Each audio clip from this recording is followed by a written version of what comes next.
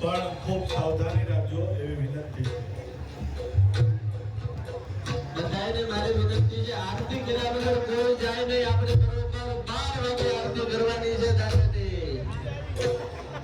રામ દરબાર આપણી વચ્ચે ધીમે ધીમે હનુમાનજી મહારાજ ઘણા બધા નાના નાના બાળ હનુમાનના સ્વરૂપો પાછળથી શોભાયાત્રાના રૂપમાં આપણી વચ્ચે આવી રહ્યા હોય ત્યારે સંગીતની સાથે તાલીઓના નાદ સાથે આપણે સૌ કોઈ ઝૂમીએ અને ધજા પતાકાઓ લહેરાવી અને દાદાનો રાજીપો લઈએ. જય હો. બધા